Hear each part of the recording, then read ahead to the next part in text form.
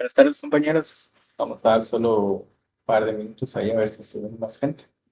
Y comenzamos.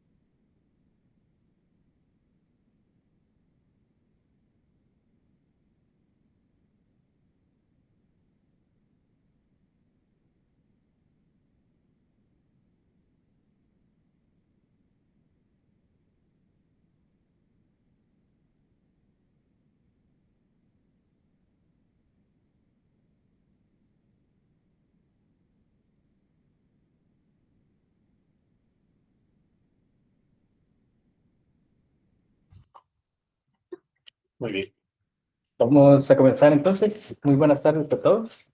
Bienvenidos a ¿es esta la octava clase del curso? Sistemas Operativos 2. Hoy es viernes 12 de septiembre de 2025. Gracias a todos por su asistencia. Por andar cuenta no tengo lentes, se me perdieron.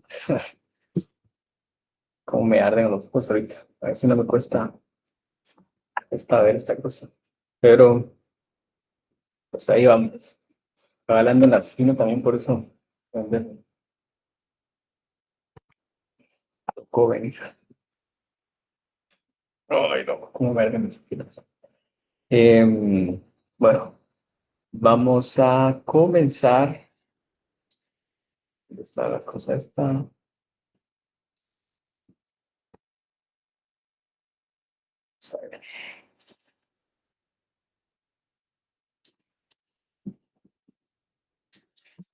Ok, ¿cuántos somos ahorita? 58. Somos bastante.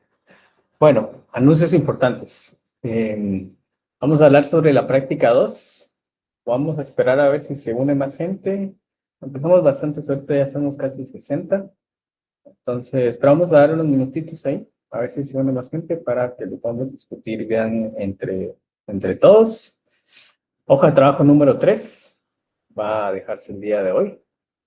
Y también hablarles sobre la conferencia del curso, que la vamos a tener la semana siguiente, como les había hablado la semana pasada. El tema de la conferencia es seguridad informática, casos prácticos con Linux y Windows, impartidos por Josué Gramajo. Algunos quizá no suene el nombre de esa persona, que fue un auxiliar de Sistemas Operativos 2. Entonces va a ser el siguiente viernes, 19 de septiembre, en el horario del curso, de 17:20 a 19 horas, para que por favor lo tomen en cuenta. Pues la idea es que se use el horario de la clase, pues para que todos puedan asistir, o al menos pues la mayoría. Entonces, ahí lo notan en su calendario. Y ahora somos 60. Estaría alguien ahí que se está metiendo y saliendo, no sé qué onda. Pero bueno, vamos a dar un poco más de tiempo para hablar de la práctica 2 entonces. Entonces hoy vamos a empezar con lo que sería la unidad número 3, que es administración de memoria. Este creo que va a ser un tema que a ustedes se les va a hacer mucho más familiar que tal vez los demás que hemos visto, porque creo que este es algo que sí ya ustedes han visto en la clase con el ingeniero, que son temas de paginación de memoria virtual, la gestión de memoria, etcétera. Entonces hoy vamos a empezar con esta unidad. Entonces, ¿cuál es nuestra agenda para el día de hoy? Vamos a ver lo que sería la gestión de la memoria física y paginación, técnicas de asignación de memoria, paginación y segmentación, tablas de página y el TLB, fallos de página y el manejo de esos fallos, y el intercambio y paginación por demanda. Estos son los temas del día de hoy. Competencias que vamos a desarrollar. Vamos a entender el marco de referencia a estructura lógica general de un sistema operativo que le permita la utilización, análisis y diseño de sistemas operativos. También es necesario afinar todos los aspectos de rendimiento de los sistemas operativos. Estos creo que sí son diferentes de la semana pasada los dos. Entonces vamos a comenzar con lo que sería la gestión de memoria. Entonces empecemos hablando un poco sobre lo que es el manejo de memoria. Dice que el manejo de memoria es el proceso de controlar y coordinar la memoria principal de una computadora. Garantizar que los bloques de espacio de memoria se administren y asignen adecuadamente para que el sistema operativo, las aplicaciones y otros procesos de ejecución tengan la memoria que necesitan para llevar a cabo sus operaciones. Entonces, mucho de lo que vamos a hablar el día de hoy está relacionado justamente a la abstracción que existe en todo el sistema y manejo de memoria. Nosotros como programadores muy raras veces nos preocupamos por la memoria RAM, no en el sentido de eficiencia o rendimiento, sino en el sentido de cuánta memoria RAM vamos a utilizar para nuestro programa. Por ejemplo, obviamente, entre menos memoria RAM utilicemos y desperdiciemos, va a ser mejor. Pero nosotros no nos estamos preocupando nunca de, ok, voy a tener que solicitar tanta cantidad de memoria RAM para mi programa, si necesito más, pido más, si necesito liberarla, ni nada de eso. No nos preocupamos por nada de eso. Entonces, ¿por qué es así? Pues porque el sistema operativo ya tiene varias capas de abstracción que permiten que los programas se ejecuten de una cierta manera que no importe en qué región de memoria se encuentran o si se encuentran en la memoria virtual, si se pasaron a la memoria de intercambio, al swap, etc. Entonces, muchas de esas cosas pues, están relacionadas con el manejo de memoria que tiene el sistema operativo. Entonces, tenemos también lo que es el espacio de direcciones lógicas. Dice que este espacio de direcciones es una dirección virtual generada por el CPU mientras se ejecuta un programa. Se lo denomina dirección virtual porque no existe físicamente.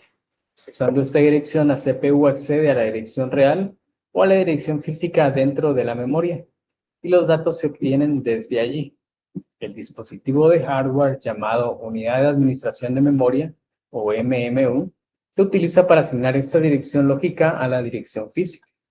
El conjunto de todas las direcciones lógicas generadas por la CPU para un programa se denomina espacio de direcciones lógicas. Muy bien. Entonces aquí podemos ver que este espacio de direcciones lógicas es como una dirección virtual, como un número de buzón, digamos. Por lo mismo que hablábamos anteriormente, el programa no le interesa físicamente en qué parte de la memoria se encuentra ubicado.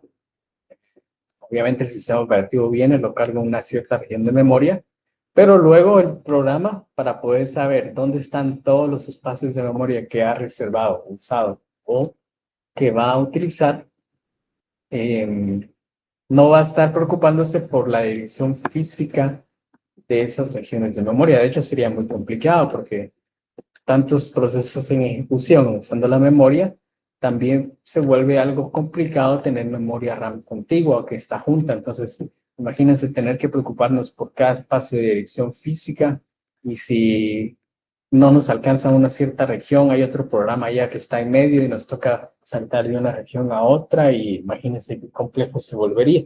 Aparte de que pensarlo, si lo pensamos de esa manera, en que todos tuviéramos que trabajar con la memoria RAM usando direcciones físicas, nuestro programa no funcionaría si, por ejemplo, esa región donde nosotros la programamos ya está ocupada, que era algo que sucedía muy al inicio de los tiempos, digamos, cuando empezaba la computación. Los programas, obviamente en un sistema operativo, eran los procesos de ejecución, para, mejor dicho, eh, se limitaban normalmente a un programa a la vez. Obviamente había otros procesos del sistema operativo corriendo, pero eran versiones ya muy complementarias de los sistemas operativos, digamos, que usaban cierta memoria RAM de fijo, de cajón. Y luego el programa se ejecutaba a partir de una cierta región de memoria. Entonces los programas se creaban de esa manera. Se creaban pensando que una cierta región de la memoria iba a estar disponible sí o sí. Si no estaba disponible, pues el programa no iba a funcionar. Entonces esto es algo que viene a solucionar el espacio de direcciones lógicas, que hace la traducción de todas esas direcciones físicas de la memoria RAM a través de un espacio virtual que el programa puede entender fácilmente. Luego tenemos su contraparte, que es el espacio de direcciones físicas, que es básicamente el punto final donde se encuentra ya la memoria RAM como tal. Que la dirección física es la dirección real de datos dentro de la memoria. La dirección lógica es una dirección virtual y el programa necesita memoria física para su ejecución. El usuario nunca trata con la dirección física. El programa de usuario genera la dirección lógica y la unidad de gestión de memoria MMU lo asigna a la dirección física. Entonces, ¿qué es la asignación de memoria? Y que la asignación de memoria es el proceso de reservar espacios de computadora virtual o físicos para un dispositivo específico, por ejemplo, para que se ejecuten programas y servicios de computador. Pues todos sabemos que los programas que usamos, todos necesitan memoria RAM, todos pasan por la memoria, sin excepción alguna. Cada vez que nosotros ejecutamos un programa, los datos, el código binario de ese programa se carga en la memoria RAM y desde ahí es ejecutado. Entonces sabemos que un programa generalmente va a reservar un espacio de memoria RAM que va a tener un stack, el espacio de datos, el heap y la parte stack. Entonces todo depende.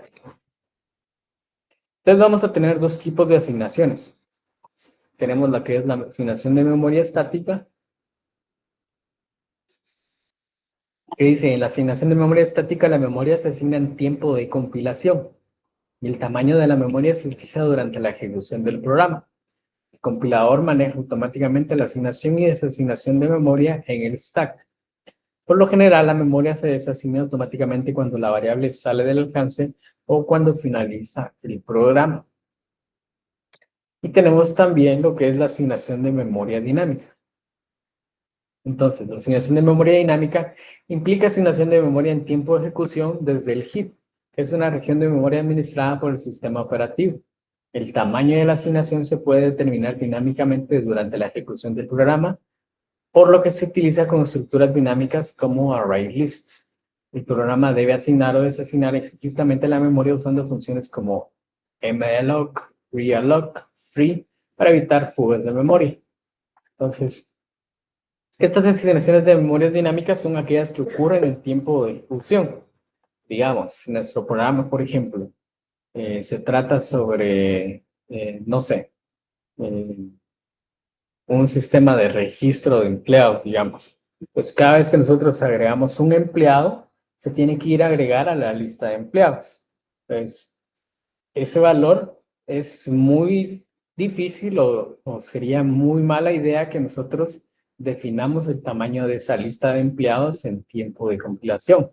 Porque, digamos, a lo mejor nosotros decimos, bueno, esta empresa tiene 100 empleados, voy a crear un array list de 100, un array de 100. Y luego resulta que llega un empleado número 101 y ya valió el programa.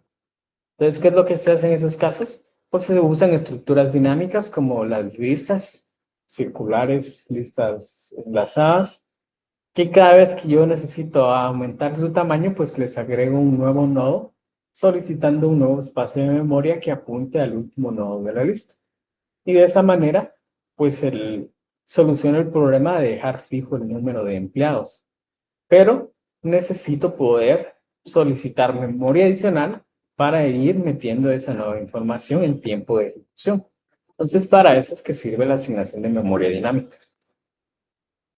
Luego tenemos asignación de memoria contigua, que la asignación de memoria contigua es una técnica de gestión de memoria utilizada para los sistemas operativos para asignar un bloque de memoria contigua a un proceso. La asignación de memoria contigua a un proceso implica dividir la memoria disponible en particiones o segmentos de tamaño fijo. Luego el sistema operativo asigna uno de estos segmentos a un proceso cuando se crea.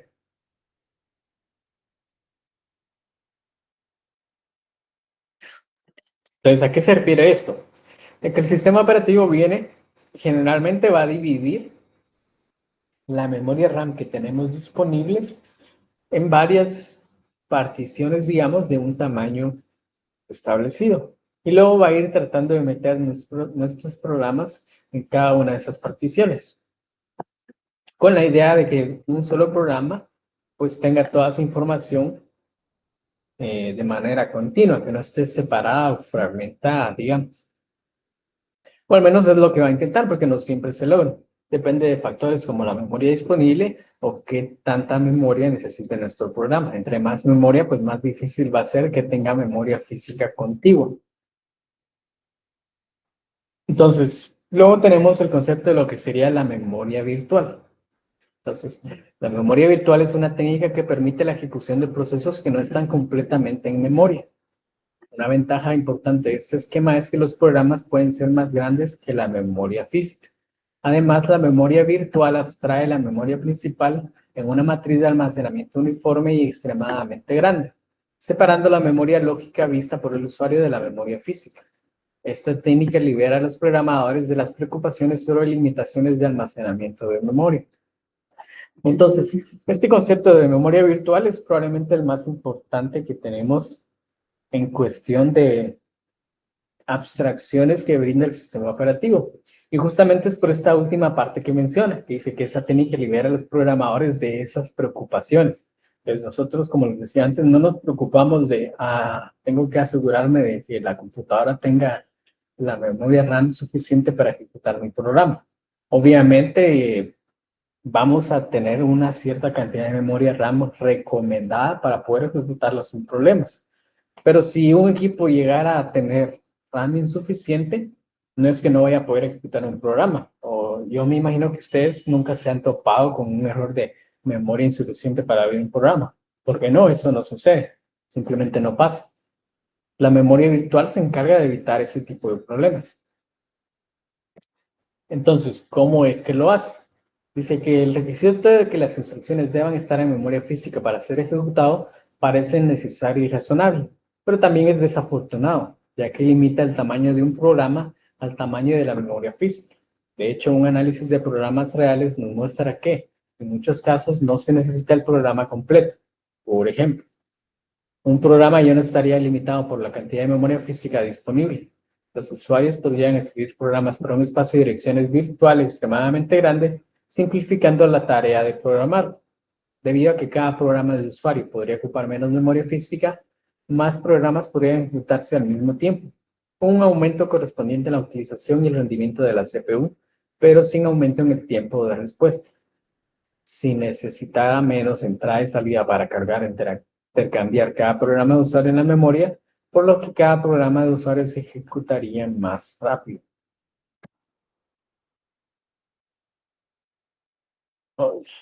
Entonces dice que la capacidad de ejecutar un programa que está solo parcialmente en la memoria le otorga muchos beneficios. Un programa ya no estaría limitado por la cantidad de memoria física disponible. Los usuarios podrían escribir programas para un espacio de direcciones virtuales muy grande, simplificando la tarea de programación.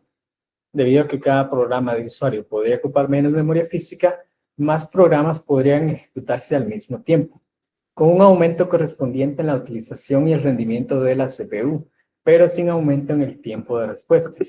Se necesitaría menos entradas y salidas para cargar e intercambiar cada programa de usuario en la memoria, por lo que cada programa de usuario se ejecutaría más rápido.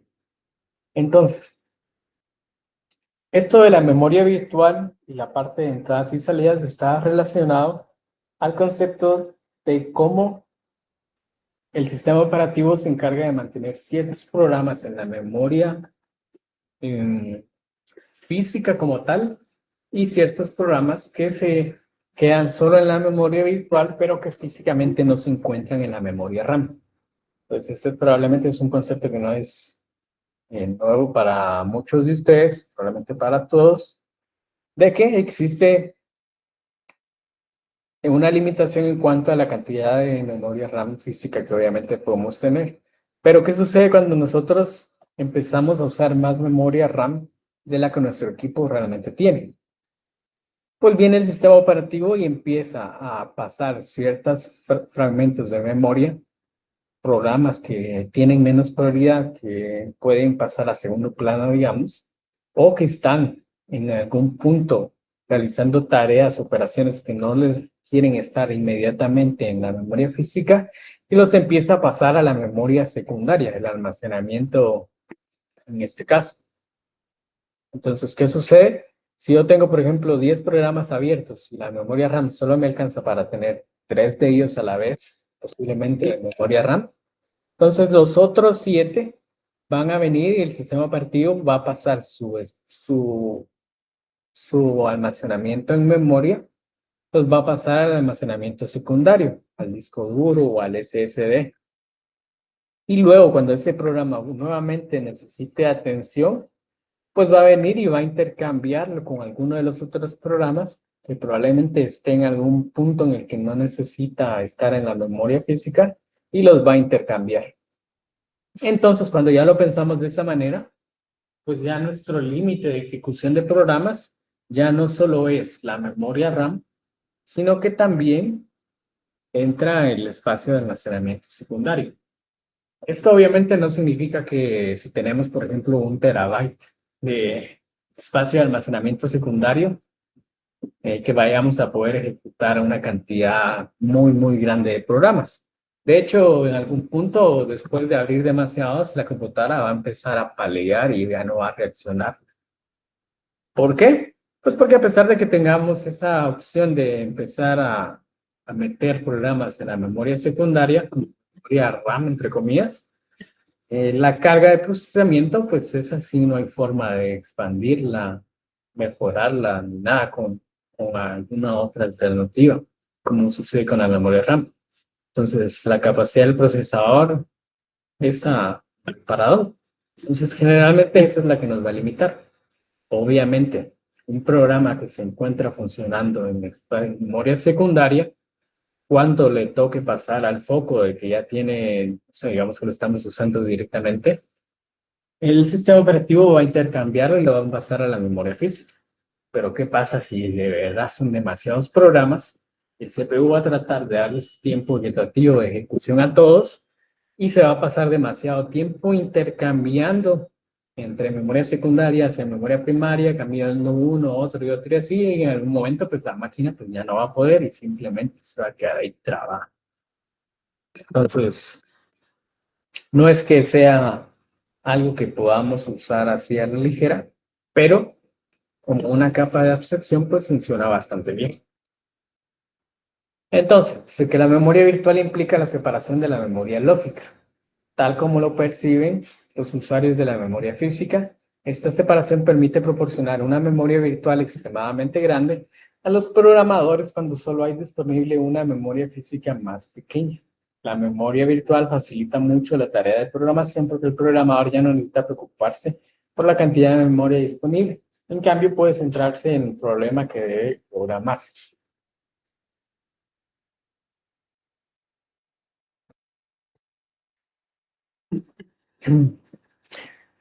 Entonces dice que el espacio de direcciones virtuales de un proceso se refiere a la vista lógica o virtual de cómo se almacena un proceso en la memoria. Normalmente esta visión es que un proceso comienza en una determinada dirección lógica, por ejemplo la dirección 0, y existe en una memoria contigua. La memoria física puede estar organizada en marcos de página y los marcos de página físicos asignados a un proceso pueden no ser contiguos. Depende de la unidad de administración de memoria o el Memory Management Unit. Asignar páginas lógicas a marcos de páginas físicas en la memoria. Bueno, vamos a hacer una pausita aquí. Veo que ahorita somos 68. Ay, cómo me arden los ojos. Creo que ando ahí leyendo una presentación solo con un ojito. El otro sí que me da miedo. Ya pierden sus lentes, banda. Había visto este comentario, alguien preguntó, dice, me perdió. Si usé hilos paralelos para la hoja de trabajo, ¿hay problema?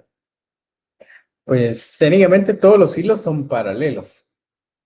La idea era de que ustedes hicieran sincronización de algún modo. En este caso, idealmente, o la idea hubiera sido usar mutex. Si no usas mutex, sí hay problema. Ahora, los hilos siempre, bueno, media vez tu procesador tenga más de un núcleo y tenés hilos, siempre van a ser paralelos. Pero no sé si te refieres a algo más específico sobre eso. ¿Quién fue que preguntó, Ángel?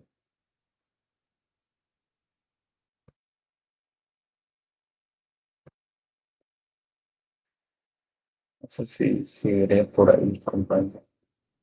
Solo eso, está bueno. Bueno, em, entonces, les quería hablar sobre la práctica 2. Em, yo hablé ya con el ingeniero. El ingeniero autorizó la prórroga, pero, y quería consultarlo con ustedes antes de simplemente decirle sí, vamos a darle las prórrogas. O sea, en este momento ya está, digamos, autorizada, pero quisiera que el voto popular dijera que sí quieren la prórroga. ¿Cuál es el punto de que les pregunten? Imagino que igual ustedes ya se estaban haciendo la idea de que eh, ahorita ya viene la parte del proyecto. De hecho, teóricamente hoy yo les iba a presentar el enunciado del proyecto. Entonces, obviamente yo intento darles la mayor cantidad de tiempo posible para que ustedes desarrollen las prácticas y el proyecto. Por ejemplo, este semestre yo lo planifiqué de manera que ustedes tuvieran cada vez semanas por práctica. Semestre pasado, una práctica que era una de una semana, algo así. Entonces, yo obviamente estoy abarcando la mayor cantidad de tiempo posible. Entonces, no es como que yo pueda decir, así voy a extender la práctica 2 y el resto de la planificación no va a cambiar porque no se puede. O sea, si ustedes agarran más tiempo para práctica 2 van a tener menos tiempo para el proyecto. Entonces, prórroga sí, pero al final es ganar, perder tiempo en un lado o el otro. Entonces, algo me dice que van a elegir igual la prórroga, pero para que quede así oficial de que ustedes, pues, sabiendo eso, ¿verdad? Quieren de igual manera, pues, optar por la opción de tener la prórroga para la práctica 2 ahorita. Entonces voy a mandar ahorita una encuesta para la prórroga. Quiero.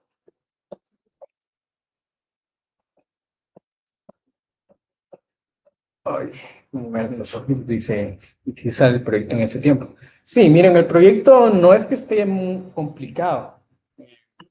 De hecho, yo pensaría que está bastante accesible. Van a tener una semana menos, obviamente los va a hacer correr un poco más, pero definitivamente sale.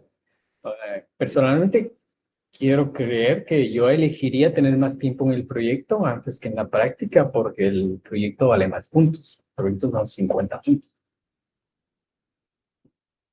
Pero, entonces, si ustedes dicen, bueno, sí, igual prefiero seguir quedándome con la práctica, pues si le echan ganas en el tiempo restante para el proyecto, pues sale sin problema.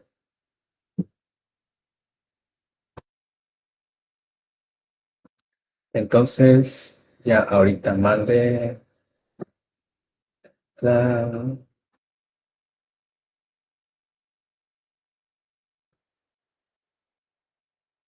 iniciar.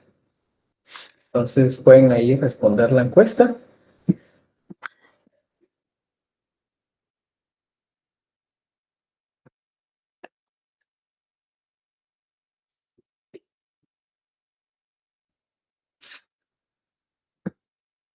y vamos a ver pues qué se decide.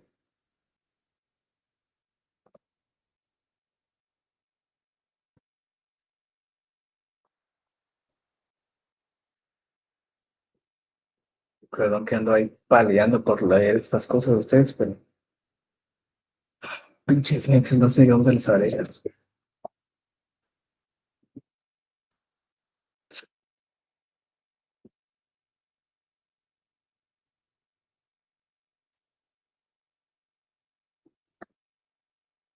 Vamos a ver cómo va la cosita. 41 fotos, somos 71 ahorita. Vamos a dar un poco más de tiempo para que se vayan eliminando la información.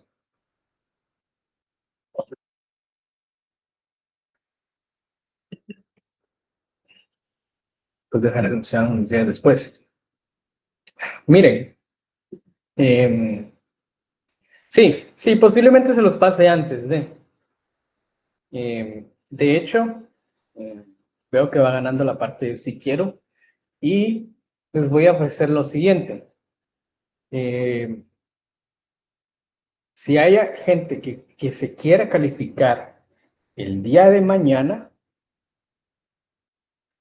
voy a hacer una encuesta también para eso ahorita que terminemos con esto. Si hay gente que se quiera calificar el día de mañana de una vez, o sea, los que, por ejemplo, tal vez los que votaron por no prórroga, igual si gana, si prórroga, se va a dar la prórroga, pero si alguien quiere calificarse de una vez el día de mañana, los califico y les voy a dar la opción de mostrarles el enunciado del proyecto de una vez. a los que se califiquen mañana, si es que alguien quiere.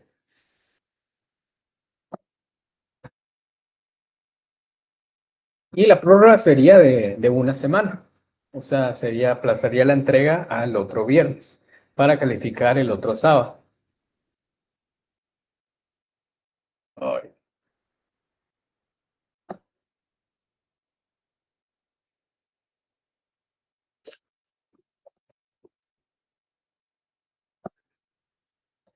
miren, ¿cuál es el motivo de que no les deje el enunciado de una vez? Em, bueno, técnicamente sí creo que no habría diferencia si se los muestro o no, pero les voy a dar un spoiler. Esta primera syscall que tanto problema les está dando, que honestamente no estoy muy seguro de dónde es que se están complicando tanto, em, la van a necesitar para el proyecto, o sea, va a ser necesario. Entonces, mi idea era inicialmente darles un ejemplo de cómo se hacía para cuando ya estuviera el enunciado del proyecto. Para los que no lograran hacerlo en la práctica, obviamente no se quedan totalmente perdidos para el proyecto. Pero si doy prórroga, obviamente no les puedo dar el ejemplo, ¿va? Porque entonces tendrían una ventaja los que van a tener esa prórroga. Pues no tendría sentido. Entonces ese ejemplo ya no se los puedo dar ahorita, sino hasta después. ¿Por qué? Obviamente, si no lo lograron hacer para la práctica y luego va a ser necesaria para el proyecto, pues tendría que ser así.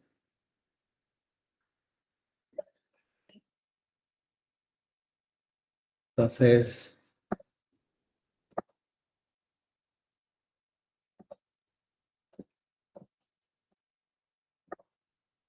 vamos a ver cómo va la encuesta. Van 59 votos. Todavía nos faltan, ¿qué? 11, 12 personas por votar. Vamos a dar hasta las 5 minutos más para ver si se despierta esa gente que no está. Oye.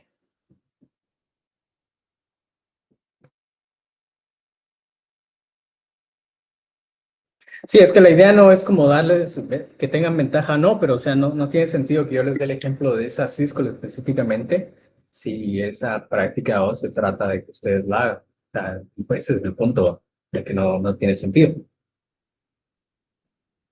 Entonces, ya que haya calificado entonces la práctica 2, entonces ya les doy el ejemplo para que ustedes lo tengan pues visita durante el proyecto, si es que no la lograron hacer. Y yo esperaría que sí. Casi nada ya tienen. Oye, a varios la terminaron. Hubo gente que me estuvo ahí preguntando, algunos andaban bien perdidos, pero ya varios la lograron hacer.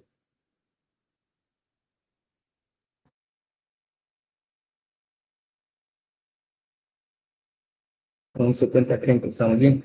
Pues miren, el proyecto vale 50 puntos. O sea, ahorita, ¿qué nos falta? Proyecto y examen final. Son 60 puntos.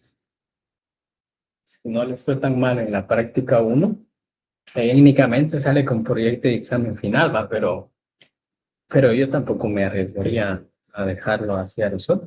No. Pero miren, esa Cisco realmente no está muy complicada. Em, con la información que les pasé de referencia, de hecho, si ustedes hicieron las Cisco de la resolución de pantalla de la práctica uno usando DRM, ya tienen casi que la mitad de lo que necesitan. Prácticamente se trata de eso. Van a tener que acceder a la información del DRM. ¿Qué es el DRM? El DRM es el Direct Rendering Manager, que es una versión moderna para controlar todo lo que son los drivers de las tarjetas gráficas. Entonces, por ejemplo, el DRM tiene varias APIs expuestas para que nosotros controlemos cosas de la tarjeta gráfica, incluido el frame buffer que muestra el contenido de la pantalla en todo momento. Entonces, cada tarjeta gráfica tiene que generar, cuando se registra como un driver de gráficos, tiene que generar algo que se llama DRM device. Entonces, el DRM device contiene todo lo que necesitamos para poder manipular la tarjeta gráfica y lo que se muestra en pantalla. Entonces, digamos que el primer objetivo que ustedes tienen que lograr es tener acceso al DRM device de nuestra tarjeta gráfica. Por ejemplo, si están usando VMware, el driver es uno que se llama BMW GFX. Voy a escribir aquí. BMW GFX por VMware GFX. Entonces, una vez que llegaron a esa parte, lo siguiente que tienen que hacer es acceder a los planos disponibles de ese DRM device. Los planos son como las diferentes capas que tiene la interfaz gráfica que se van como apilando para generar lo que uno mira en la pantalla. Si uno accede al plano principal, va a tener acceso al frame buffer de ese plano y eso es todo. Una vez que acceden a ese frame buffer, pues ya tienen prácticamente la información de lo que muestra en la pantalla en todo momento. ¿Sí? Aunque tengan deshabilitada la aceleración 3D. Puede ser que sea ligeramente diferente, pero sigue siendo así. Entonces, vamos a ver cómo va la encuesta. 39 votos a favor. Bueno, entonces vamos a, como les decía, vamos a dar la prórroga. Para la siguiente semana sería entonces la entrega oficial de la práctica 2.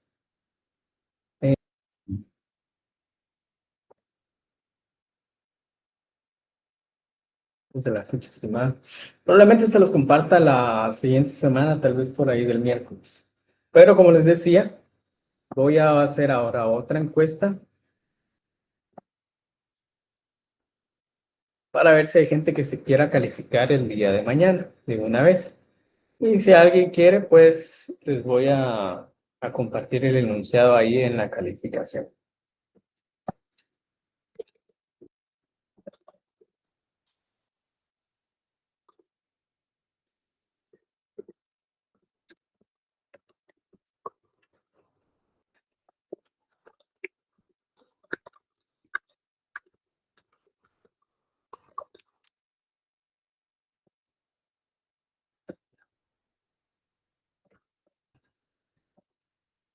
Ahí está, ya está habilitada esa otra encuesta también, entonces. Oye.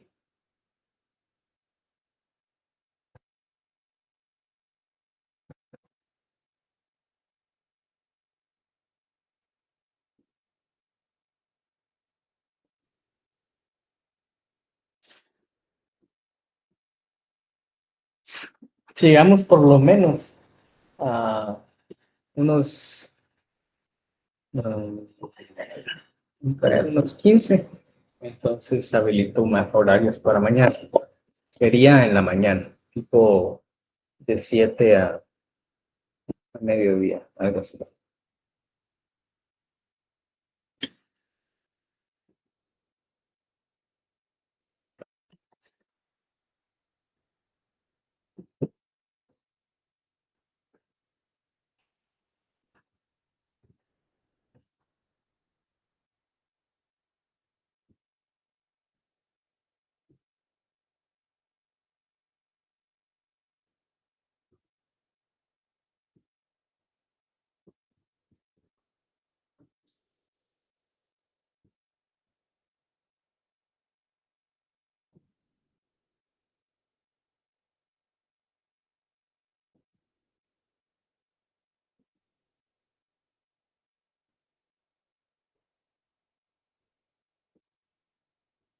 Bueno, lo vamos a dejar ahí, que lo vamos a ver cuando terminemos la clase y cómo quedó la votación.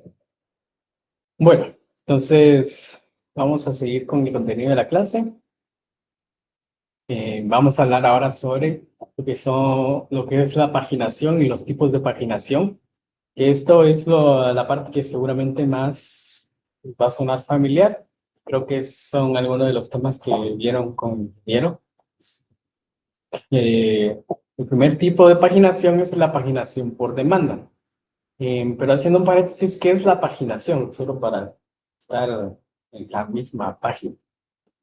Entonces, la paginación es, digamos, la forma en que el sistema operativo controla qué programas se encuentran en la memoria cargadas en ese momento, listos para ser ejecutados, y qué programas se van a cambiar al almacenamiento secundario. Entonces, cuando tenemos demasiados programas abiertos, que se agota la memoria física que tenemos, ciertos programas van a empezar a irse a la memoria secundaria. Entonces, cuando ese programa nuevamente necesita ser ejecutado por el CPU, necesita volver a regresar a la memoria física, a la memoria. Entonces, ahí sucede lo que se conoce como un fallo de página. Digamos que el CPU viene y dice, bueno, este programa necesita acceder a cierta página. El CPU va y la intenta buscar y dice, no está cargada en la memoria RAM. Se encuentra en el almacenamiento secundario. Entonces genera un fallo de página y hace el intercambio de una página actual que está en memoria por esa nueva, para que el programa pueda continuar su ejecución de manera regular. Entonces, para decidir qué programas y sus páginas se encuentran cargadas en la memoria, pues tiene que haber algún criterio para decir, bueno, si este programa no ha accedido a esta página, no sé, en los últimos 10 ciclos, entonces voy a cambiar la página y la voy a marcar como disponible para que la cambien por otra más importante. O bueno, esa es la idea. Entonces, uno de los algoritmos que existe es la paginación por demanda. Y se considera un programa que comienza con una lista de opciones disponibles entre las que el usuario debe seleccionar. Cargar todo el programa en la memoria da como resultado la carga del código ejecutable para todas las opciones, independientemente de si el usuario finalmente selecciona una opción o no. Una estrategia alternativa es crear inicialmente las páginas solo cuando sean necesarias. Esta técnica se conoce como paginación por demanda y se usa comúnmente en el sistema de memoria virtual.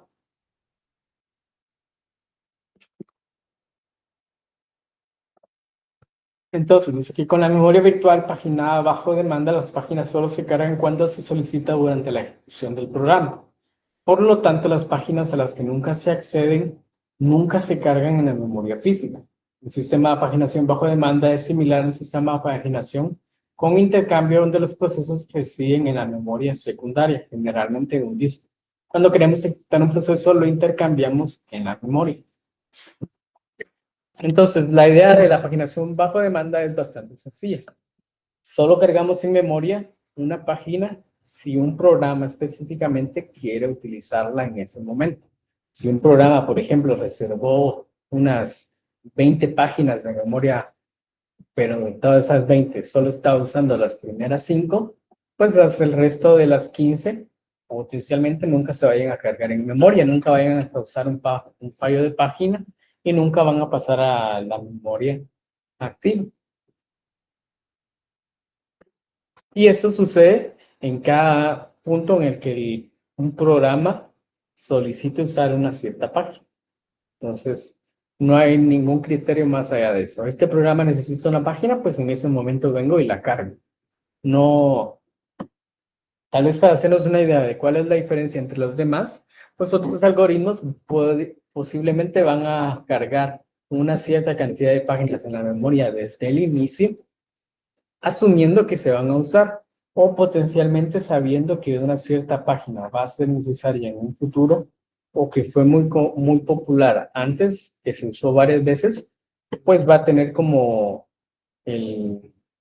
va a evitar descargarla de la memoria principal. Entonces, cuando se va a intercambiar un proceso, el paginador adivina, entre comillas, que le digo que es el criterio, qué páginas se utilizarán antes de que se vuelvan a intercambiar el proceso. En lugar de intercambiar un proceso completo, el paginador trae memoria solo las páginas necesarias. Por lo tanto, evita leer en la memoria páginas que no se utilizarán de todos modos, disminuyendo el tiempo de intercambio y la cantidad de memoria física necesaria.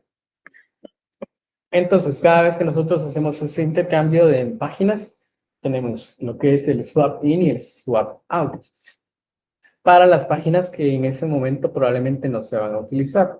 Por ejemplo, aquí en el swap out vemos que salieron todas estas páginas, la 4, 5, 6 y 7, y en el swap in se cargaron a la memoria la página 17, 18 y 19.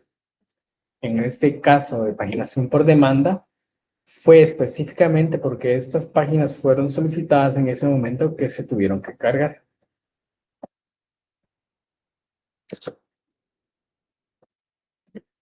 Con este esquema, dice, necesitamos algún tipo de soporte de hardware para distinguir entre las páginas que están en la memoria y las páginas que están en el disco.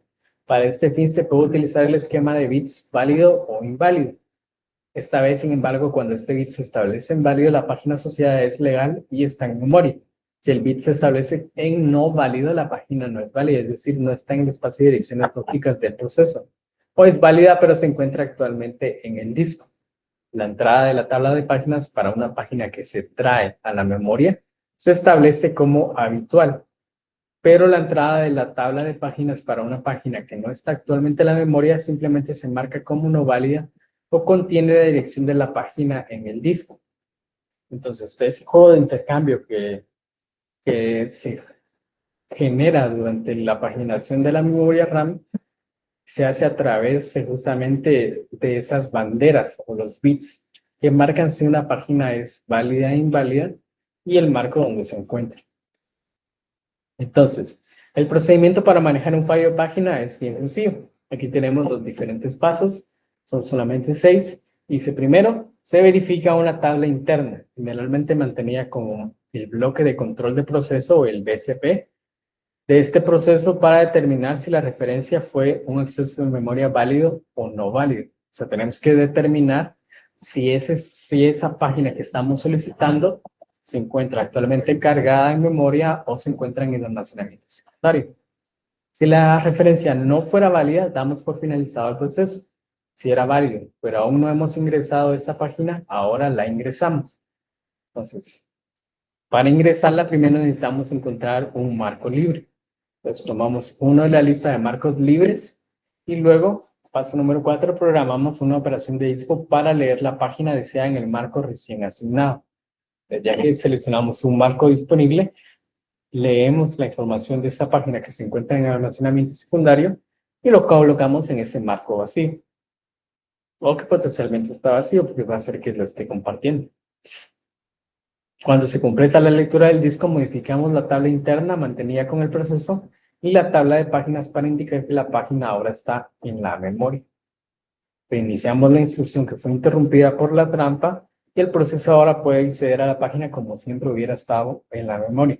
Entonces, esta parte de acá que dice que reiniciamos la instrucción que fue interrumpida es porque, digamos, durante la lógica de nuestro programa, en algún punto nosotros vamos a llamar, por ejemplo, si regresando al ejemplo de los empleados, la lista de empleados, tenemos una lista dinámica de empleados y, no sé, cargamos tal vez, no sé, 1.000.000 de empleados. Entonces, posiblemente nosotros no vamos a estar manipulando el 1.000.000 de empleados a la vez. Quizá primero solo vamos a leer o nosotros mismos vamos a decidir paginar en una cierta cantidad la lista que estamos mostrando. Entonces, si solo cargamos los primeros 10 elementos, los demás puede hacer de que pasen al almacenamiento secundario. Pero en algún punto, cuando nuestro programa quiera acceder al valor, no sé, 500.000, digamos, que no estaba en memoria en ese instante, porque no lo habíamos usado en ningún momento, pues nuestro programa va a intentar acceder a esa región de la memoria. Obviamente, el sistema operativo se va a dar cuenta que esa página no se encuentra cargada, pero no va a dar un error.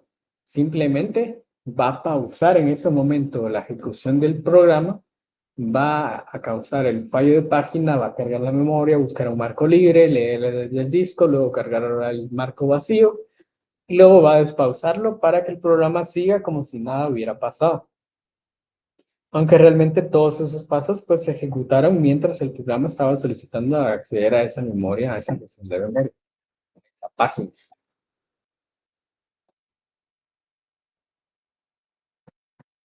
Dice, pero, ¿qué sucede si la página deseada reside en el disco pero no hay marcos libres? Entonces, si no hay marcos libres, el sistema operativo tiene varias opciones en este punto. Podría finalizar el proceso del usuario. Sin embargo, la paginación bajo demanda es el intento del sistema operativo de mejorar la utilización y el rendimiento del sistema informático. Los usuarios no deben ser conscientes de que sus procesos se ejecutan en un sistema paginado. La paginación debe ser lógicamente transparente para el usuario. Entonces, esta no es la mejor opción. En este caso, la solución más común es el reemplazo de páginas. Entonces, el primer caso, nosotros hablábamos de que se busca primero, digamos, en el paso 4 era, no, el paso 3 era encontramos un marco libre. Pero si no hay un marco libre, en el peor de los casos de que de verdad no haya ningún otro programa con que reemplazar o que pueda pasar a segunda prioridad para cargar nuestra página, pues el sistema operativo va a tener la ejecución de nuestro proceso. Pero eso es muy poco habitual, porque si el usuario está solicitando esa página a través de un programa, es porque está usando ese programa en ese momento. Entonces, ¿qué es lo que va a hacer y cuál es la solución más común? Pues causar un reemplazo de página. Buscar una página que ya se encuentre cargada en memoria, pero que potencialmente hace mucho que no se usa, y pasarla al almacenamiento secundario y cargar en ese espacio que se liberó, ese marco que ahora está libre, nuestra página que nos interesa. Entonces, vamos a hablar ahora sobre este reemplazo de página. Dice, el reemplazo de página adopta el siguiente enfoque. Si no hay ningún marco libre, buscamos uno que no esté siendo utilizado actualmente y lo liberamos. Podemos liberar un marco escribiendo su contenido en el espacio de intercambio y cambiando la tabla de páginas y todas las demás tablas para indicar que la página ya no está en la memoria. Ahora podemos usar el marco liberado para contener la página en la que falló el proceso. Entonces, si modificamos la rutina de servicio de fallo de página para incluir este reemplazo de página. Entonces, cuando hablamos de la rutina de servicio de fallo de página, es todo este proceso que estamos haciendo de paginación. Cada vez que nosotros, mejor dicho, un programa quiere acceder a una página específicamente y no la encuentra en ese momento, no está cargada en memoria, sucede un fallo de página. Entonces, dice, primero buscar la ubicación de la página deseada en el disco. Encontrar un marco libre, si hay un marco libre se usa, si no hay un marco libre se utiliza el algoritmo de reemplazo de página por el marco de la víctima. Se escribe la víctima en el disco, se cambian las tablas de páginas y marcos sin consecuencia. Y se lee la página deseada en el marco recién liberado. Se cambian las tablas de páginas y marcos y se reinicia el proceso del usuario. Entonces, si se dan cuenta, ya tenemos 3 actores en este proceso de gestión de memoria. Tenemos primero el que se encarga, digamos, el algoritmo de paginación, que es paginación por demanda. Luego tenemos el que se encarga, el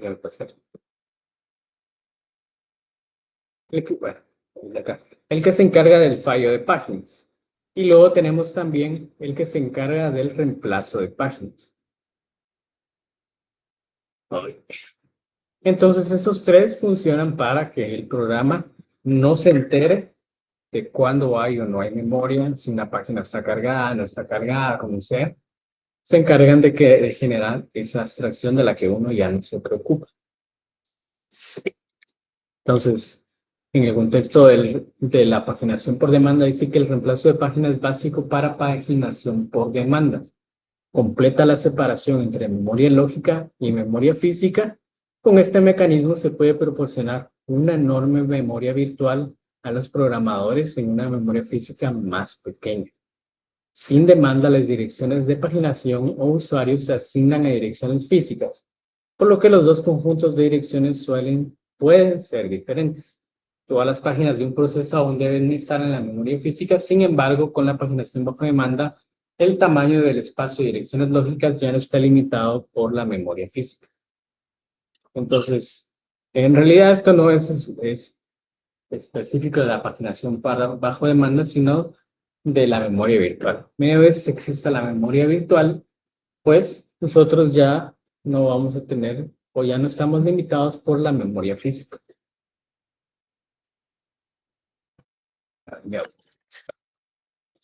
Entonces, con eso pues ya deberíamos tener una buena idea de qué es la memoria física, qué es la memoria virtual, qué es la paginación, el algoritmo de paginación bajo demanda, qué es un reemplazo de página, qué es un fallo de página. En realidad creo que eran conceptos que ustedes igual ya tenían, ya traían de la clase magistral.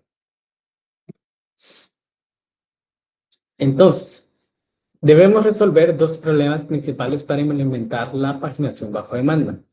Debemos desarrollar un algoritmo de asignación de marcos y un algoritmo de reemplazo de páginas. Si tenemos múltiples procesos en memoria, debemos decidir cuántos marcos deseamos asignar a cada proceso. Además, cuando sea necesario reemplazar la página, debemos seleccionar los marcos que se van a reemplazar, diseñar algoritmos apropiados para resolver estos problemas. Es una tarea importante porque la entrada y salida del disco es muy costosa.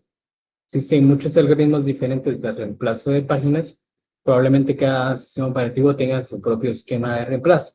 ¿Cómo seleccionar el reemplazo adecuado o el algoritmo de reemplazo adecuado?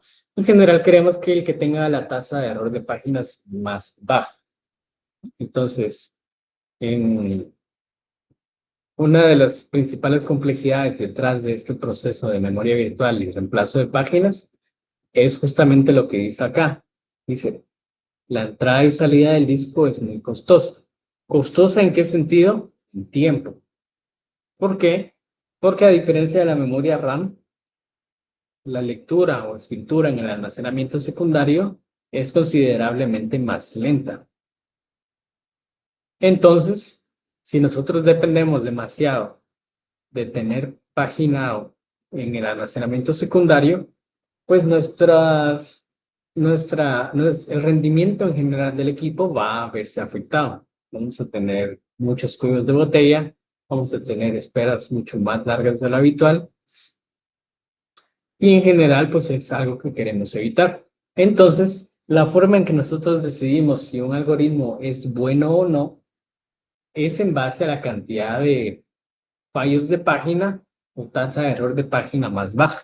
Entonces, ¿eso significa que un algoritmo es mejor que otro? No. Pero sí pasa de que un algoritmo para ciertos escenarios sea mejor que otro. Entonces creo que alguien escribió, dice, se deben utilizar filos en todas las syscall. No, bueno, si estamos hablando de la práctica 2, me imagino, no creo, bueno, ¿qué más vamos a estar hablando? Em, para lo que sería enviar y recibir mensajes, técnicamente no se necesitan hilos. ¿Podrías usarlos? Sí, estaría algo raro. Pero como lo único que estás haciendo es enviar y recibir mensajes, y la cola no es como que sea un proceso activo en ejecución, entonces para eso no es necesario realmente usar hilos. Para la que vigila los logs, es así. ¿Por qué? Porque sé que hay una ejecución. Entonces ahí sí o sí tienes que usar hilos, si no, se va a quedar ahí congelado el equipo hasta que pase algo. Entonces, para eso sí. Para la de la captura de pantalla, ¿podrías usar hilos? Sí. ¿Todavía algún beneficio? No creo. Entonces, yo no usaría. Entonces, para la que sí o sí tendrían que usar hilos es para la de los logs. Eso sí sería necesario. Ahora, para la de las enviar y recibir mensajes, eh, bueno, dependiendo cómo lo hagan, porque recuerden que no van a usar hilos, pero varios programas de usuario van a intentar acceder a las colas. Entonces, la Cisco tiene que tener algún tipo de sincronización para evitar que otros procesos vengan y no, por ejemplo, dos programas que tratan de recibir un mensaje llegan a la vez, los dos tratan de leer de la cola, los dos no deberían recibir el mismo mensaje, solo uno de ellos. Entonces ahí tiene que haber algún tipo de sincronización de procesos. Pero para la syscall como tal, no sería necesario realmente unirlo. No sé si eso aclara tu duda, Elder.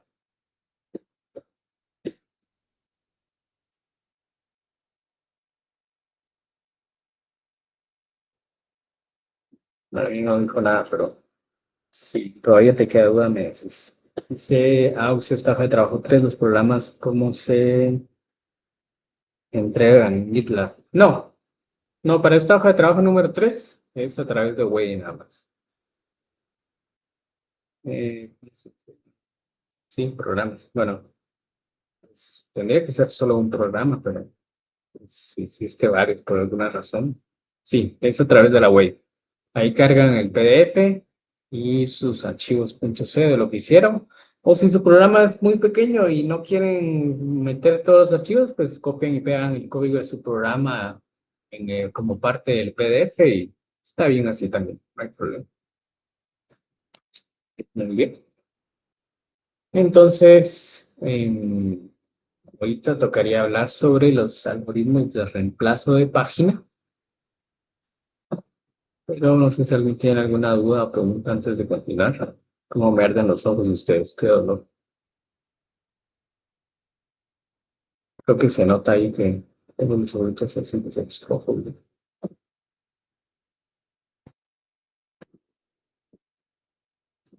Bueno, entonces vamos a seguir hablando de lo que sería el reemplazo de página. El primero que vamos a hablar es sobre el FIFO, el clásico, el First In, First Out. Entonces, estos me imagino yo que tampoco deberían hacerse desconocidos a ustedes. Sería algo que Eh, mira la antes hoy. Ganas no me faltan ustedes. Qué onda así sin mentes. Entonces este es el clásico y me imagino que ustedes ya lo conocen porque debe haber sido uno de los que vieron con la plaza de magistral con el ingeniero. Entonces, de que este algoritmo de reemplazo de páginas es el más simple. Primero en entrar, primero en salir. Un algoritmo de reemplazo de página FIFA asocia con cada página el momento en que esa página se trajo a la memoria y cuando es necesario reemplazar una página se elige la página más antigua. Tengan en cuenta que no es estrictamente necesario registrar la hora en que se ingresa a una página. Podemos crear una cola FIFO para contener todas las páginas en la memoria y reemplazamos la página al principio de la cola. Cuando la página llega a la memoria, la insertamos al final de la cola y de esa manera pues mantenemos esa secuencia. Luego tenemos el reemplazo de la página menos usada recientemente o el Least Recently Used o sus siglas en inglés LRU. Así que el reemplazo de la menos usada recientemente asocia cada página, la hora del último uso de la página. Cuando se debe reemplazar una página, pues el LRU elige la página que no se ha utilizado durante más tiempo. Podemos pensar en esta estrategia como el algoritmo óptimo de reemplazo de páginas mirando hacia atrás en el tiempo, en lugar de hacia adelante. Entonces, acá ya no importa en qué orden entraron, en qué orden se cargaron las páginas en memoria, puede ser que tal vez la primera que entró, que debería ser la última página, sea la que más hemos utilizado.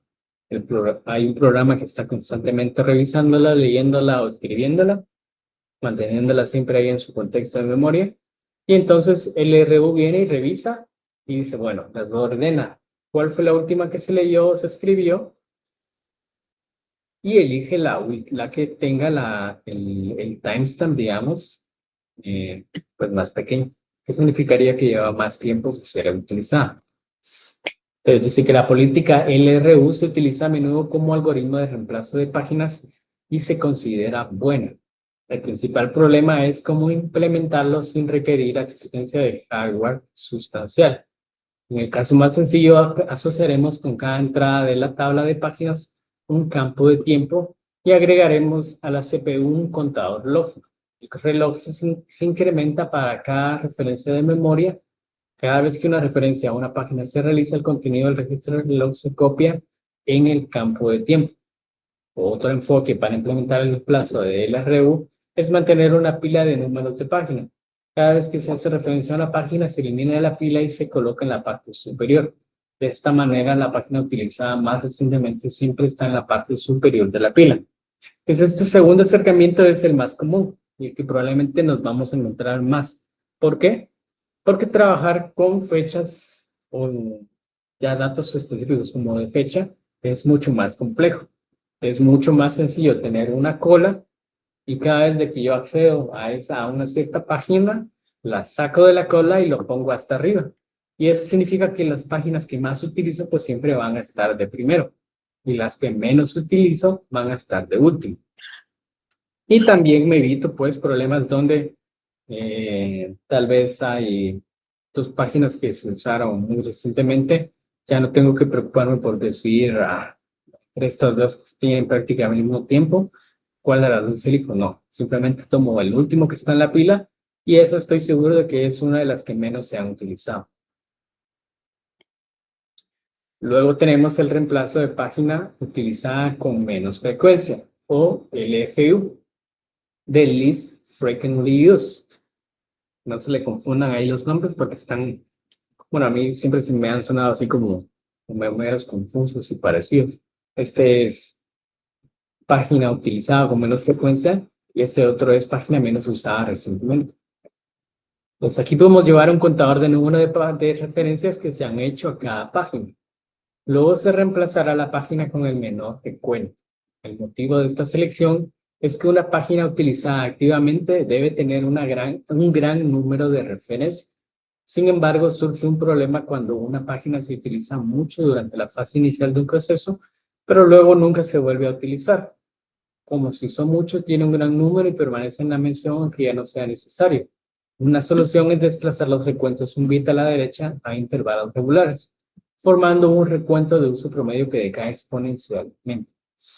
Entonces, este otro criterio de reemplazo de página, lo que hace es que lleva justamente ese contador. Y entonces, cada vez de que el programa lee una página o la modifica, ese contador se va aumentando. A ver. Y entonces, el orden en que se van reemplazando las páginas depende de qué páginas pues tienen menos referencias en un programa o en varios, porque puede ser de que sea un espacio de región compartido. Entonces, ese contador lo va a manejar por varios programas que están referenciando esa página específica.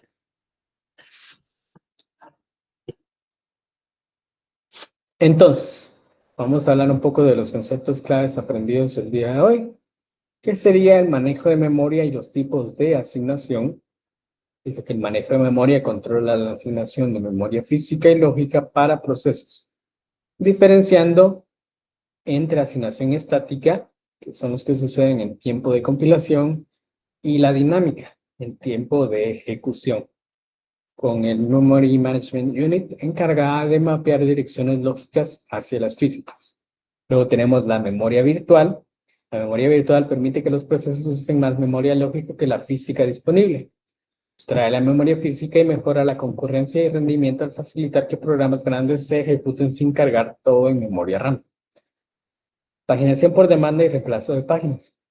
La paginación por demanda carga páginas en memoria física solo cuando son necesarias, usando algoritmos de reemplazo de página como FIFO, LRU o LFU para optimizar la gestión y minimizar fallos de página. Por último, tenemos los valores de la semana. La precaución. Así que la paginación, segmentación y protección de memoria son temas delicados.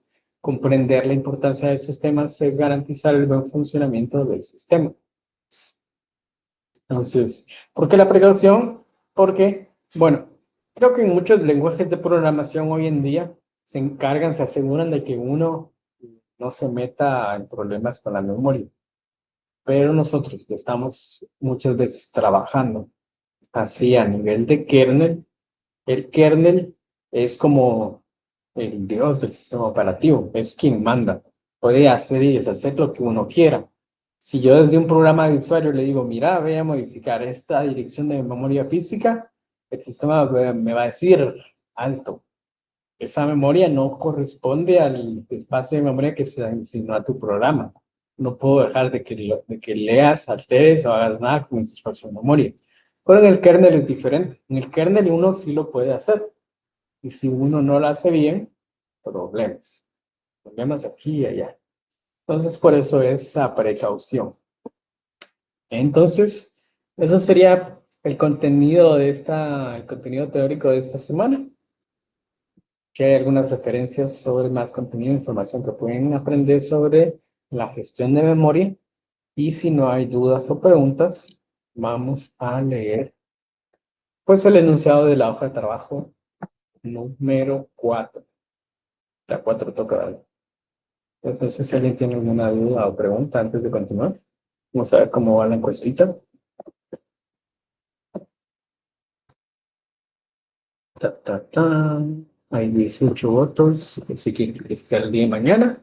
Ok, muy bien. Entonces, yo voy a habilitar horarios para mañana, para los que se quieran calificar de una vez. Me imagino o quiero creer que son los que ya terminaron la práctica, pero si no, y si igual si quieren calificar, pues luego no los voy a tener. Les voy a habilitar los horarios y más tarde les paso el link para que se puedan anotar de una vez.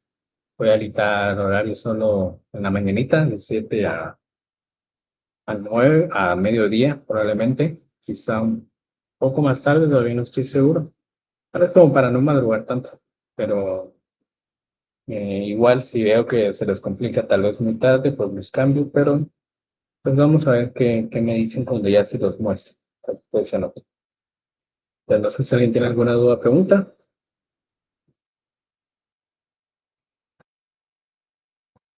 ¿Todo claro? ¿Todo bien?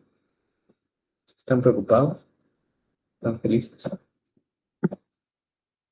¿Están cansados? Estoy bien chulito. No aguanto.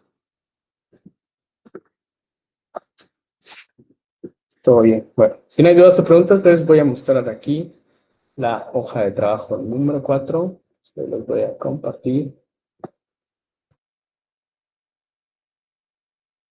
La hoja de trabajo número 4 lleva por nombre control de concurrencia.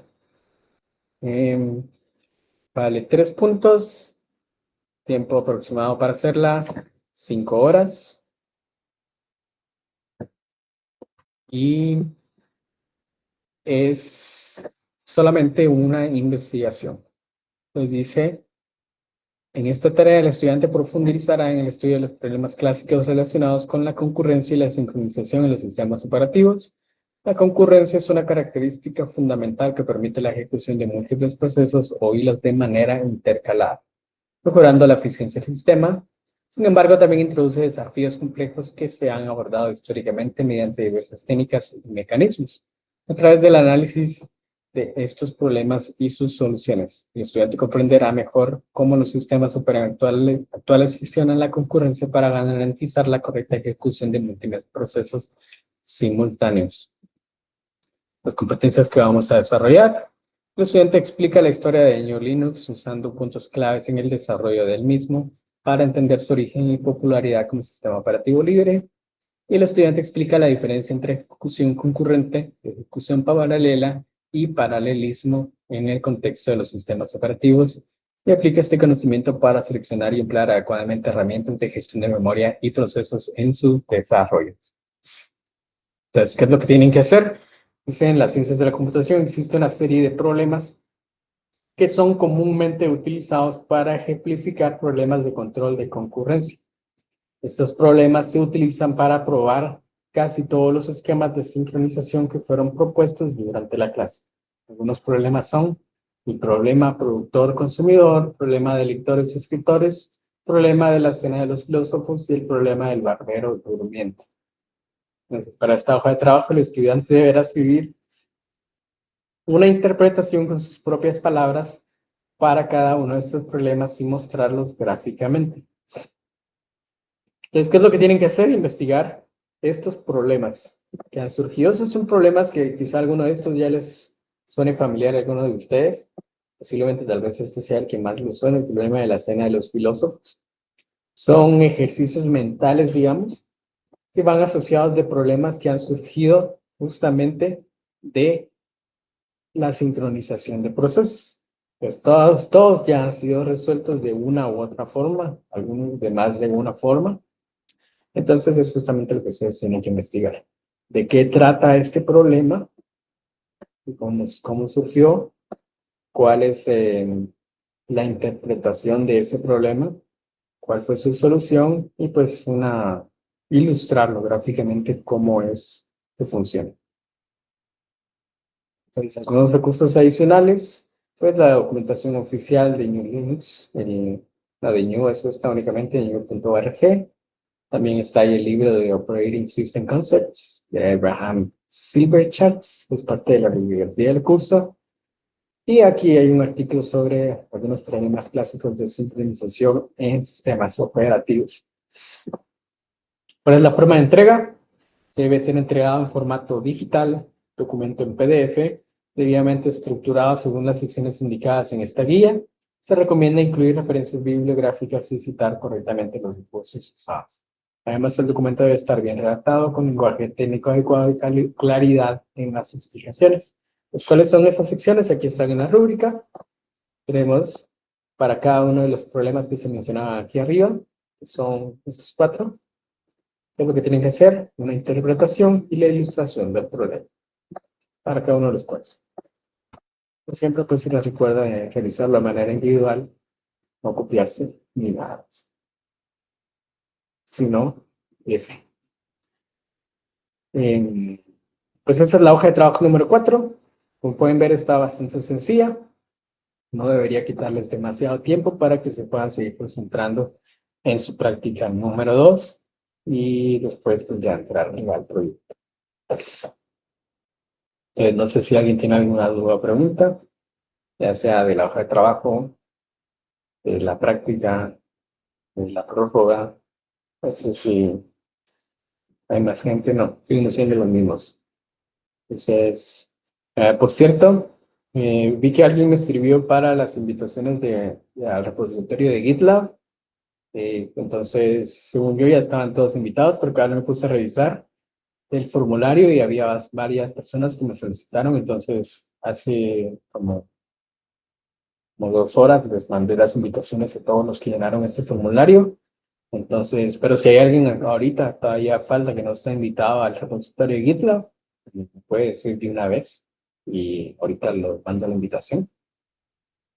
No sé si hay alguien aquí.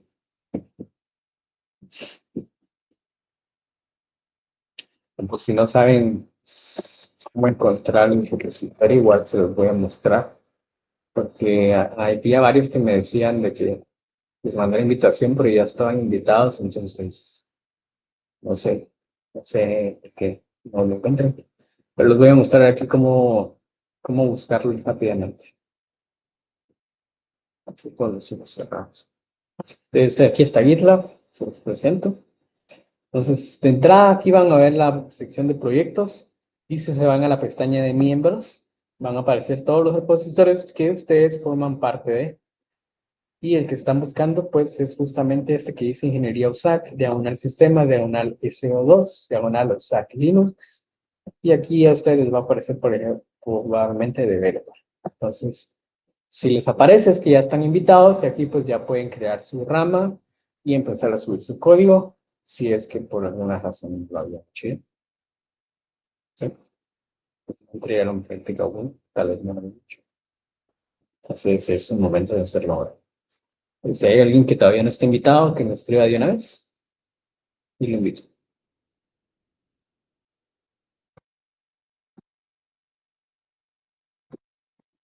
Si no, y antes de que se me olvide, porque la semana pasada se me olvidó tomar la foto de la asistencia, entonces si me pueden hacer favor de activar su cámara solo por un minutito, voy a dejar de presentar y si me hacen favor de habilitar su cámara. para tomar la asistencia. Solo va a ser un minutito. Muy bien, muchas gracias a ellas las que ya la subieron. Solo más de gente que pueda activarla, por favor. Bien, bien, su cámara. Muy bien. Para la foto.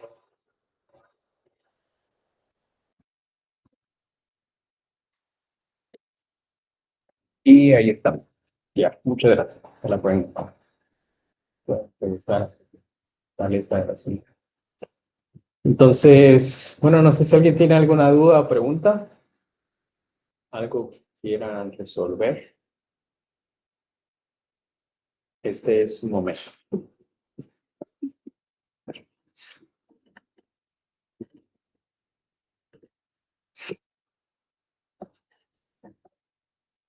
No, se la olvidé. Bueno, si no hay dudas o preguntas.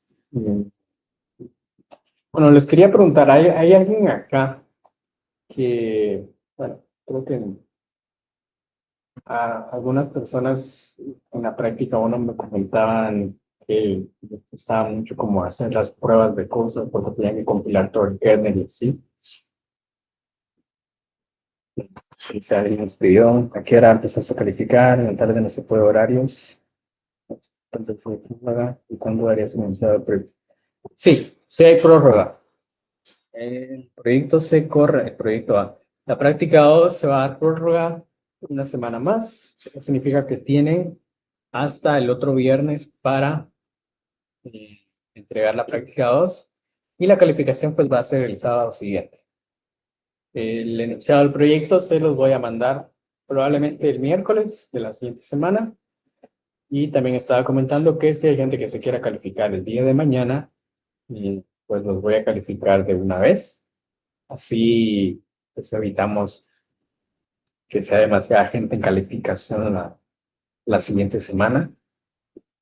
Idealmente para los que ya completaron la práctica, en que no necesitan la prórroga. Y les decía que para los que se quieran calificar mañana, pues les voy a mostrar el iniciado del proyecto para que sientan que valió la pena.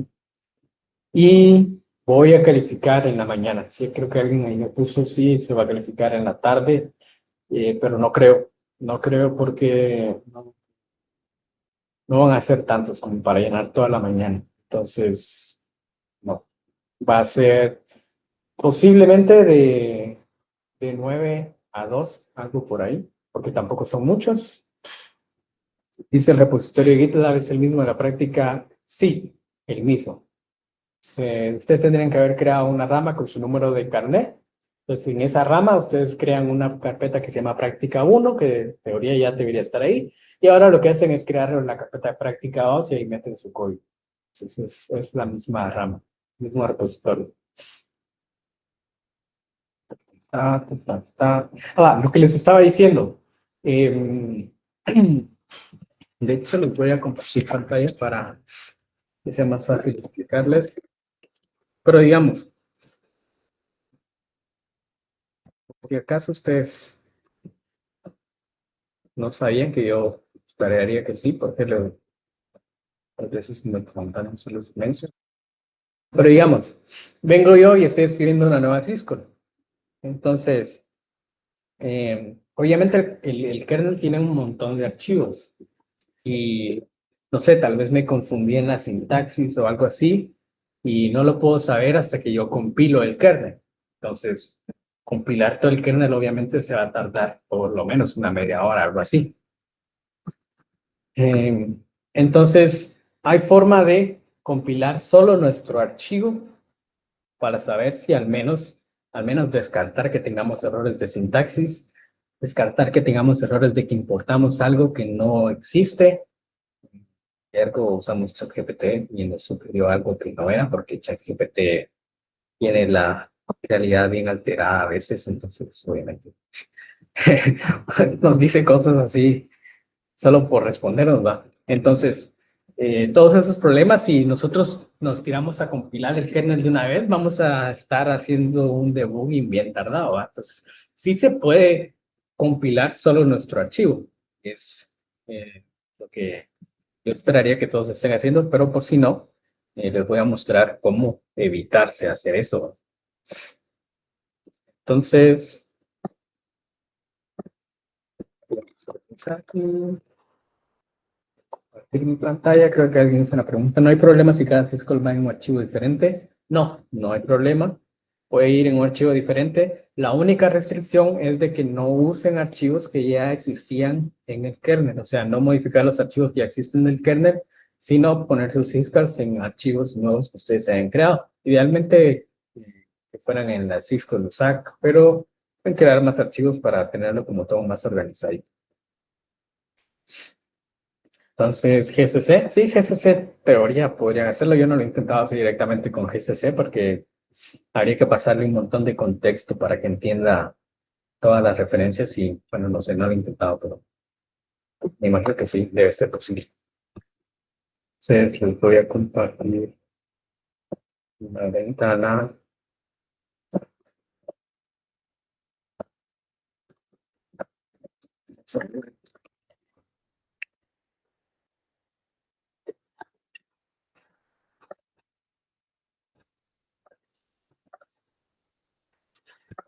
Aquí está. Esa ya está viendo en pantalla. O sea, aquí tengo la virtual.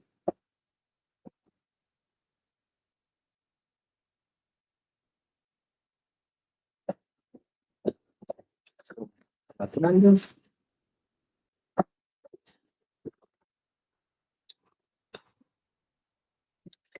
Entonces, aquí tengo yo mis archivos. Voy a tenerme a kernel.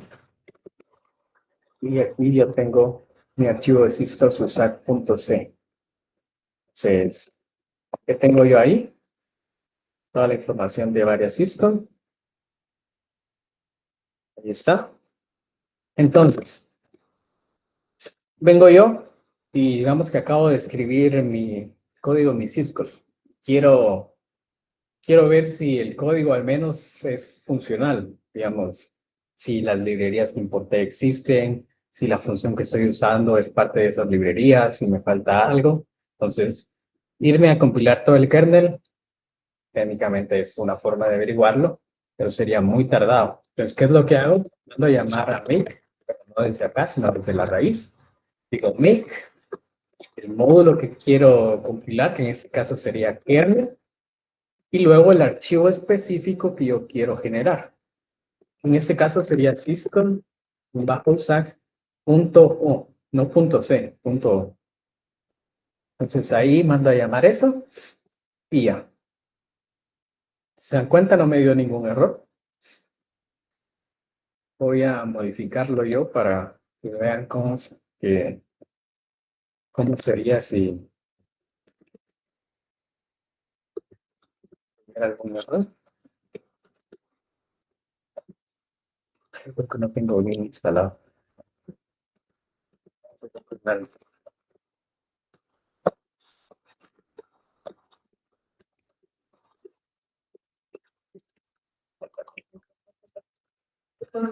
No voy a dejar ver ese código porque tiene muchas pistas. Entonces, digamos que acá yo le agrego valores ahí extra, o sea que esa variable ya no existe. ¿Se dan cuenta? Y de una vez me tiro que hay un error.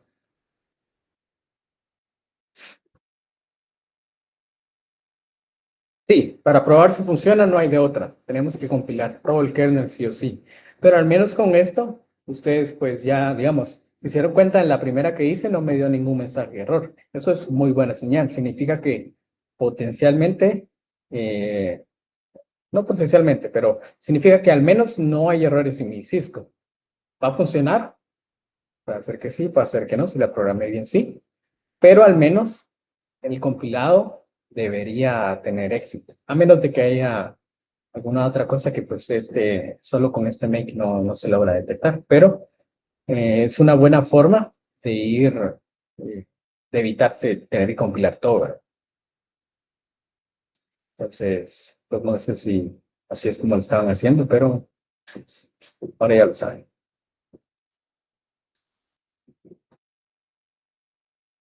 Pero no sé si alguien tiene alguna duda, pregunta.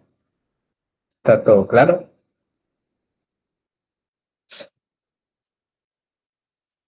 ¿Todo bien? Bueno, entonces, si no hay más dudas o preguntas, eso sería todo por el laboratorio del día de hoy. Pueden ir tranquilos, sigan trabajando en su práctica 2. Más tarde les voy a habilitar en los horarios para mañana, para que se puedan anotar. Dentro de un ratito, de hecho, se los voy a mandar para que se anoten. Eh, Yo vi que fueron 18 personas en total que votaron que sí se calificarían mañana. Algunos posiblemente tal vez siempre digan no porque no les queda bien el horario, como el compañero que preguntaba en la tarde. Entonces, eh, les voy a habilitar ahí el horario, pero si luego se resulta que no se anota la suficiente gente, pues igual les aviso y digo que siempre no. Bueno, pues tampoco voy a llegar solo por dos o tres, no tendría mucho sentido. Eh, pero ahí se los voy a pasar y se anota. Y cualquier cosa, pues ahí están los foros. Me pueden preguntar, me pueden escribir. Yo estoy tratando de ayudar de la mejor manera a todos los que me escriben, respondiendo ahí lo que me preguntan, tratando de guiarlos sin darle la respuesta, obviamente. No les puedo resolver la práctica, pero puedo tratar de guiarlos, pasarles referencias de documentación que puedan leer para darse una mejor idea, decirles si van muy mal encaminados o no. Eh, pues trato de ayudarlos un poco pero pues también son un montón, así que si me tardan en responderles, pues un poco de paciencia. Así que feliz tarde a todos, tengan bonito día, día casi de la independencia.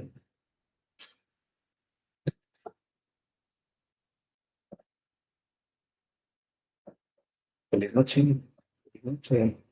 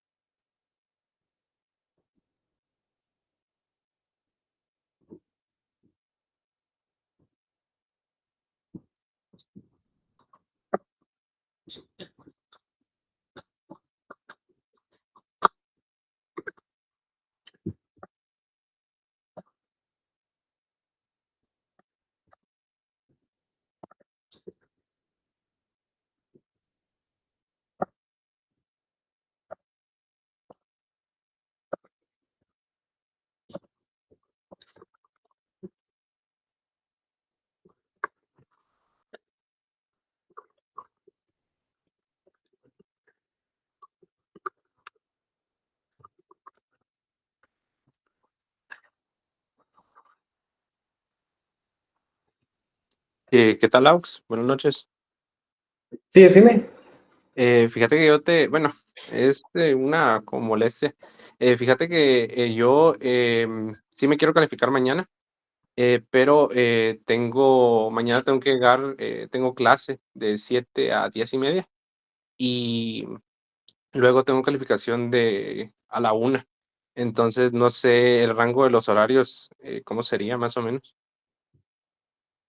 Sí, va a ser antes de mediodía. Todavía no estoy seguro a qué horas voy a empezar, pero va a ser eh, la primera mitad del día, digamos, antes de mediodía. Sí, yo para ver si cacho ahí, ¿verdad? Para salir de una vez de eso. Simón, ahí en un rato les voy a mandar el link para que puedan anotarse y miras cuál horario te conviene. Posiblemente sea de 9 a 12, algo así. Va, está bien. ¿Y los compartirías por Wedi o por el no oficial? Por los dos, lo voy a compartir en web. Ah, está bien. Igual ahí está en la sección de recursos, en la parte de horarios, ahí siempre está en web. Ah, está bien. Muchas gracias. Bueno, Feliz noche. pues no sé.